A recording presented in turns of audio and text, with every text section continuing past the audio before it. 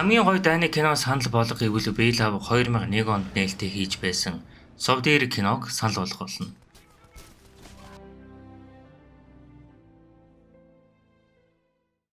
Баримт 6. Японы тактикийн буруу тооцоо. 1941 оны 12 дугаар сарын 7-нд Америк нэгдсэн улсын Хавай мужид хайрлагдаг Ohio арлын Совдон эрэгтэй байралтай усан цэргийн флотыг өглөөний 7 цагт Японы сөнөөгч 353 онгоц 2 цагийн дотор бараг л бүхэлдэн сөнөөсөн гэж хэлж болно. Амьжигт олон хүний амь насыг далайн гонд босож чадсан уг түүхэн үйл явдлыг Япон улс жухамтай стратегийн хувьд амжилт гэж үздэг байна. Гэвч энэ үйл явдал нь Америк нэгдсэн улсын эсрэг байсан ч тактикийн хувьд томоохон алдаа байсныг түүх гэрчлэн харуулдаг. Америк нэгдсэн улс нь маш олон жил дэлхийн 2 дугаар дайнд оролцохгүй. Зөвхөн дундийг баримталж байсан ч Япон улсын буруу тооцоолсон төлөвлөгөөнөөс болж дэлхийн 2 дугаар дайнд оролцох болсон нь дэлхийн 2 дугаар дайны хувьд заяанд томоохон нөлөө үзүүлсэн байна. Японы удирдлага Совдон эрэгт амжилттай зохиолт өгсөн Америк нэгдсэн улсын флотыг хүчийг сулруулж номхон далайд ноёрхох боломжтой гэж үзжээ. Учир нь Япон улс нь зөвхөн Совдон эрэгт төдийгүй номхон далайн босод хэд хэдэн газар руу нэгэн зэрэг гинтийн дайралт хийсэн байна. 12 дугаар сарын 8-нд Америк нэгдсэн улсын харьяанд байсан Гуам арлын тэнгисийн баазад Японы хүчнийхэн довтолж баруун номхон далайн чухал сууринг эзлэн авсан байна. Уэг арал Америк нэгдсэн улсын гарнизон. Америк нэгдсэн улсын өөр нэг стратегийн цэг болох Уэг арал нь мөн Японы зохилтонд өртсөн. Гэмж анхны дайралт нь амжилт олоогүй хэдийч 12 дугаар сарын сүүлээр Японы мэдэлд шилжин орсон байна. Энэхүү арал нь номхон далайн харилцааны хамгийн гол цэгүүдийн нэг цэг байж. Филиппин, Америк нэгдсэн улсын эзэмшил.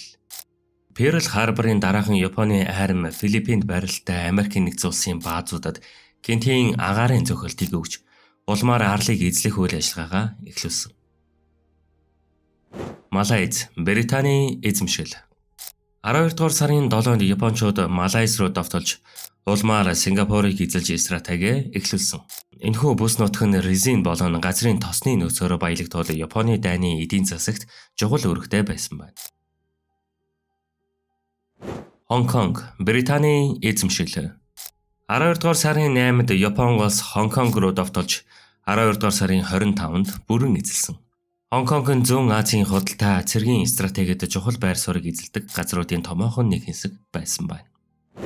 Эдгээр зэрэгцээ довтлогоо нь Японы эзлэн түрэмгийлэх бодлого болон номхон далайн бүхэлдэн захирах гэсэн амбиц байв.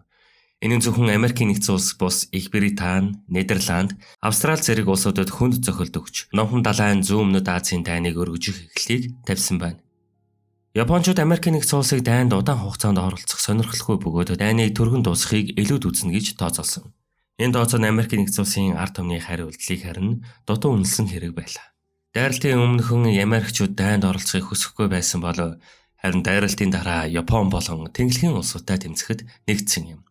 Энэ бол Японы тактикийн хамгийн том алдаа байсан бөгөөд Америк нэгдсэн улсын цэргийг онц байдалд шилжүүлж дайнд амжилттай оролцох нөхцөлийг бүрдүүлсэн хэрэг. Япон улс нь Совдон эрэгт хийсэн дайралтаас хойш хэдхэн жилийн дараа цэргийн болон эдийн засгийн хувьд туйлдж эхэлж. Япончууд номхон далайн олон фронтод зэрэг тулдаж хүчээ маш их шавхах болсон байна. Учир нь Америк нэгдсэн улсын үйлдвэрлэлийн баазууд маш их байсан тул Япончууд тэдгээр үйлдвэрүүдийг устгахын тулд илүү олон хөлөг онгоц болон зэвсэг үйлдвэрлэхэд хүргэсэн. Японы стратегид ноцтой асуудал үүсгэсэн байна. Японы тактикийн тогтолцоо нь тэднийг түргэн ялд авчирна гэж найдсан байсан боловч харин ч эсэргээрээ дэлхийн түүхэнд хамгийн том стратегийн алдаа болж түүхэнд үлдсэн байна. Баримт 7. Перл харборын өмнө орхигдсон анхааруулгууд. Совдын эргийн халдлага нь түүхэндээ гинтийн үйл явдал мэдвэрслэгдэж гэлээ. Бодит байдал дээр энэхүү дайралтыг урьдчилан мэдэж байсан байх гэмээр олон шинж тэмдгүүд хожимо ажиглагдаж байсан байна. Тухайн үеийн Америк нэгдсэн улсын удирдлагад цэргийн албаны хүмүүс цэрэг офицеруудын гаргасан анхаарал болгоомжгүй үйлдэлүүд нь давхцал байсан уу? Аль эсвэл эрдэнэс төлөвсөн зүйл байсан уу гэдгийг үзэгч та бүхэн сэтгэл доор үлдээгээрэй. Япон улс нь 1930-аад онд эзлэн түрэмгийллийн бодлого аль хэзээ хэрэгжүүлээд эхэлж гисэн байсан бөгөөд 1930 онд Хятад руу довтолж Манжурыг 1931-ээс 1932 онд эзлэн Манч Го нэртэй улс байгуулсан Монгол улсын зүүн хязгаар тулан ирж хил залгах болсон юм. 1938 онд Японы эзэн хааны армийн жанжин штабд Квантоны армийн удирдлага Зөвлөлт холбоот улсын эсрэг Хачико нэртэй нууц дайны төлөвлөгөөг боловсруулсан юм. Уг төлөвлөгөөний Б хөлбөр нь Монголын зүүн хязгаарыг эзлэн авч халах голыг түшиж газраа болгоод цааш байгаль нуур орчмоор зөвлөлт холбоод улс руу дайрах зорилготой байсан байна. Гэвч Монгол улсын хүчтэй хөлийн хамгаалалтай тулгарсан. Энэ нь та бидний сайн мэдэх Дорнод аймгийн халах голын байлдаан байсан бөгөөд энэхүү тулдаан 1939 оны 5 дугаар сарын сүүлээр эхэлж 8 дугаар сарын сүүлээр эцсийн шийдвэрлэх тулаанаа хийж Японы 6 дугаар Салангад аймгийн 23 дугаар явган цэргийн дивиз бүрэн ялагдсанаар Монгол улсад хүчин мөхөстөн уг байлдаанд ялагдал хүлээж 1939 оны 9 дугаар сарын 15-нд зөвлөлт социалист бүгд найрамдах холбоот улс болон Японы хоорондын энхийн хилцээр байгуулагдсан байна. Энэхүү эзлэн төрөмгийллээс болж Америкийн нэгдсэн улс болон Япон хоорондын дипломат харилцаа муудаж эдийн засгийн хоргийг тавьсан Японы цэргийн хүчийг ашиглахад хүргэсэн байна. Японы талан цэрэг армийн хүчээ ашиглан дайрах төлөвлөгөө удаан хугацаанд боловсруулагдаж байсан ч Америкийн тал үүнийг өөрчилсөн таамаглаж чадаагүй байсан юм. Америкийн нэгдсэн улс мэдээж Японыг зүгээр суухгүй гэдгийг мэдэж байсан учраас тагнуулын албаа ашиглан байнга тагнаж байсан бөгөөд Японы цэргийн нууц харилцааны кодыг хүртэл тайлах чадвартай болсон байсан. Энэхүү системийг Magic гэж нэрлэдэг байж. Magic системийн тухай эхний дугаар дээр тайлбарласан учраас би энэхүү эсхийг түр алгаслаа. Хэрвээ та эхний дугаарыг сонсоогүй бол зарим нэг нэр томьёог ойлгохгүй байх магадaltaй тул эхний дугаарыг эхлээд үзхийг танд зөвлөе. Баримт 8. Урд өмнө тохиолдож байгаагүй том дэлбэрэлт.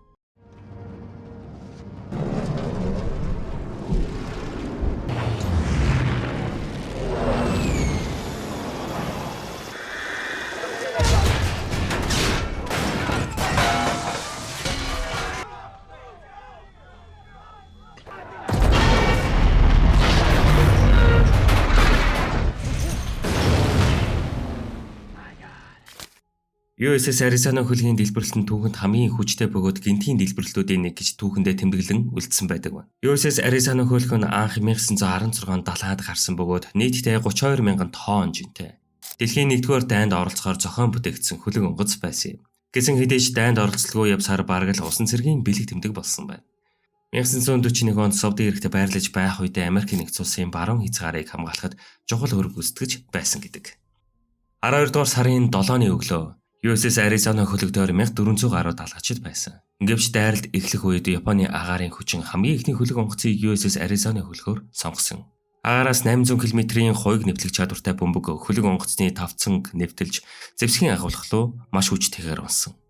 Энэхүү дэлбэрэлт нь бараг бүх хөлөг онгоцыг сүйтгэж 1100 гаруй хүний амийг тэр доор нь авч утсан юм. USS Arizona хөлгийг живүүлсэн тэр дэлбэрэлтийн хүч одоо хүртэл гайхамшигар байсан гэдэг.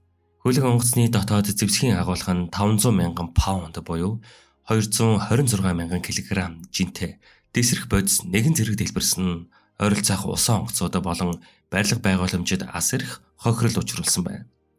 Дэлбэрэлтийн чимээ нь 30 км-ийн зайд сонсогдсон бөгөөд зарим гэрчүүд үүнийг газар хөдлөлт байсан гэж тэмдэглэгдэн үлдсэн байдаг байна. Дэлбэрэлтийн дараахан онгоцны эд анги хаа сайгуу цацагдж далайн гадрах бараг л бүхэлдээ шатаж байсан далайд унсан далайчдыг бараг амьдуулдах боломжгүй болгосон гэдэг. Хамгийн харамсалтай зүйл нь нийт амь үрэгдсэн хүмүүсийн дийлийнх нь буюу 1100 гаруй хүн хөлөг онгоцон дотроо нас барсан бөгөөд ихэнх хүмүүсийн цогцыг олоогүй гэдэг. Тэдгээр амь үрэгдсэн баатарлаг далайчдын нэрсийг хожимо USS Arizona дурсгалын музейд хийсэн байдаг байна. Тэгвэл яагаад ийм том сүрэл болов? Дэлбэрэлтийн хүч нь их хүчтэй байсан шалтгаан нь мэдээж Аризона хөлгийн зэвсгийн агуулгад их хэмжээний дэсрэх бодис байсантай холбоотой. Бөмбөг яг зөө газраа унсан дэлбэрэлтийн цар хүрээг нэмэгдүүлсэн хэрэг. Үүнээс харахад Японы агаарын хүчний онгоцууд байг маш наривчлалтай бөгөөд оновчтой сонгож чадсных юм. Баримт 9. Дайралтын цагийг нарийн тооцоолсон. 1941 оны 12 дугаар сарын 7-нд болсон Совдын эргийн дайралтанд дан ганц стратегийн төлөвлөгөө байгаагүй бөгөөд цагийг маш нарийн тооцоолсон гайхалтай тактикийн үйл явдал байсан юм. Японы хамгаалагчид Америкийн нэгдсэн улсын цэрэг армийн сул талыг олох гэж олон сар тагнуулын судалгаа хийж зөв цагийг оновчтой сонгох талаар нарийн төлөвлөгөө боловсруулсан байна. Тэгвэл яагаад 12 дугаар сарын 7-ыг сонгох болов? Энэхүү өдрийг сонгохдоо Японы удирдлагууд Америкийн нэгдсэн улсын цэрэг армийн яг нэм гарагт амралтын байдалтай байдгийг анзаарсан байна. Ихэнх офицерууд нь амралтын горимд шилжиж цэргийн хөдөлгөөн удаашрдаг байсан нь Япон улсад гайхалтай давуу тал болсон байна. Мөн өгөрч зогсохгүй өглөөний цагийг онцгойлон сонгосон гэдэг. Энэ нь агаарын дайралтад хариу үзүүлэх боломжийг хязгаарлана гэж Япончууд ухамдаа үзсэн хэрэг. Япончууд харин агаарын хүчний довтлогоог хоёр үе шаттайгаар хэрэгжүүлсэн байна. Эхний шатны довтолгоог 7 цаг 55 минутанд эхлүүлсэн бөгөөд агаараас бөмбөг хаяж полимотоор гал нээж эхлүүлсэн байна. 20 дугаар шатны довтолгоо 8 цаг 40 минутанд эхэлсэн бөгөөд үлдсэн хөлөг онгоцуудыг устгахад чиглэсэн байна. Энэ нарийн төлөвлөгөөг Америк нэгдсэн улсын хамгаалтыг бүрэн сулруулна гэж тооцоолсон байна. Үүнээс гадна Япончууд мэдээж цаг агаарыг хүртэл тооцоолсон байна. Тухайн өдрийн цаг агаар Японы талд илүү ашигтай байсан бөгөөд нар мандаж тэнгэр төв тонголго үүл багтай байсан Японы нисгчдэд байг илүү тодорхой харах боломжийг олгосон байна. Америк нэгдсэн улс болон Японы цагийн бүсийн ялгаа. Тухайн үед Япон улс нь Гринвичийн цагийн буюу цагийн бүсчлийг нэмэх ёстой байдаг байсан бол харин Хавай мужид нь цагийн бүсчлийн хасах 10-т байрладаг байсан байна. Энэ нь Япон болон Хавайын хооронд цагийн 19 цагийн зөрүүтэй гэсэн үг. Энгийнээр тайлбарлавал Японд 12 дугаар сарын 8-ны өглөөний 3 цаг болж байхад Хавайд орон нутгийн цагаар 12 дугаар сарын 7-ны өглөөний 7 цаг 55 минут болж байсан хэрэг. Америк нэгдсэн улс хожимдоо энэхүү үйл явдлыг ёс зүйн довтлогоо гэж үзсэн байдаг. Учир нь Японы төлөөлөгчид тухайн үед Америк нэгдсэн улстай төрийн департаментын хилцээр хийж байсан бөгөөд дайралтын өмнөхөн Америк нэгдсэн улсад дайн зарлах ёстой байсан байна. Энгийнээр тайлбарлавал Япончууд цагийн зөрөг ашиглан хилцээр хийгээд Америк нэгдсэн улсаа дайрсан гэж үздэг бол харин нөгөө талд Америкчууд мессеж нь хоцорж ирдэг учраас Японтой гэрээ хилцээр хийсээр л байна гэж бодсон байна. Мэдээж энэхүү үйл явдал нь дайны дараах улс төрийн болон дипломат харилцаанд Япончуудад ихээр нөлөөлсөн байна. Энэ бүхнээс харахад Япон улс нь цагийн зөрөг өөртөө ашигтайгаар төлөвлөсөн ч зарим дипломат үйл явцад алдаа гаргаснаас болж Америк нэгдсэн улсын дайралтыг шудраг бус довтлогоо гэж үзэхэд үндэслэл бий болгосон хэрэг. Цагийн зөрүүн зөвхөн дайны үеийн стратегийн бус улс хоорондын болоод ёс суртахууны асуудлыг ч хүнддэг байх нэ. Совдын эргийн өнөөдөрч тайлагдаагүй нууцуд. Совдын эргийн дайралтын нууцуд өнөөдөрч гэсэн жуулчдын сонирхлыг ихээр татсаар байна. USS Arizona хөлөг онгоц одоо хүртэл усан доор хадгалагдаж байгаа бөгөөд энэ нь дайны үеийн хамгийн том булчнуудын нэг гэж тооцогддог байна. Хэдийгээр 80 гаруй жил өнгөрсөн ч гэсэн хөлөг онгоцноос өдөр бүр тос гойдсоор байдаг нь олон хүний анхаарлыг ихээхэн татдаг. Үүнийг Аризонагийн нулимс гэж нэрлэдэг бөгөөд энэхүү тос нь хизээш дуустдаггүй гэх мэт домог яриа хүртэл байдаг байна. 1958 онд Совдын эргийн дурсгал газрыг байгуулах шийдвэр гарсан бөгөөд 1962 онд аль биесээр нэгдсэн байна.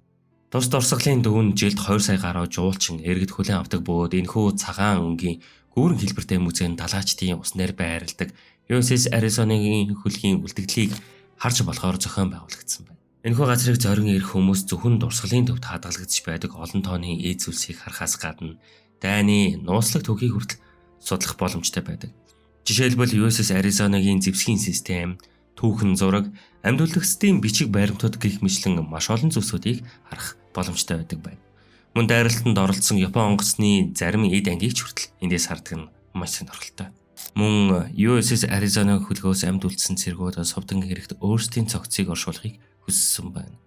Хожим дайралтаас амьд үлдсэн 44 цэргийн цогцыг аль биесээр онгоцны үлдэгдэл дотор байрлуулсан байна. Совдын эргийн дайралтын дараа Америк нэгдсэн улсын удирдлагууд энэхүү үйл явдлыг урьдчилан мэдэж байсан уу гэсэн асуулт маргаан дагуулсаар л байдаг. Зарим их сурвалжууд өргөсгөлд ерөнхийлөгч дайралтыг өөрчилсөн мэдэж байсан ч Америк нэгдсэн улсыг дайнд оролцуулахын тулд үүнийг зогсоогоогүй гэж үздэг. Энэ бол өнөөдрийн хүртэл бүрэн нотлогдоогүй баримт. Өнөөдөр шинжлэх ухааны багууд USS Arizona багийг судалсаар байгаа бөгөөд усан доорх дрон, дэвшилжил технологиг ашиглан хөлөг онгоцны бүтцийг дэлгэрэнгүй судалж байгаа нь дайралтын дараах үр дагаврыг илүү гүнзгий ойлгоход чиглэж байгаа билээ. Энэхүү судалгаа нь өнгөрсөн үеийн технологи тактикийн талаар шинэ мэдээлэл өгөхөөс гадна орчин үеийн усан цэргийн судалгаанд үнэтэй хувь нэмэр оруулсаар л байна.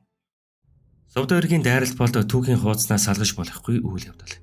Гэвч энэхүү дурсгалын ард бидний олж мэдээгүй маш олон нууцуд байсаар л байна. Таны бодлоор ямархуу нууц хамгийн сонирхолтой байдаг вэ? Сэтгэлээ бидэнд хуваалцаж доор комент хэсэгт үлдээгээрэй. Хэрвээ миний бэлтгэсэн энэхүү төвх танд маш сонирхолтой санагдсан бол надад үнэгүй дэмжлэг үзүүлэн subscribe болон лайка дараарай. Дараагийн дугаараар уулзлаа. Түр баяртай.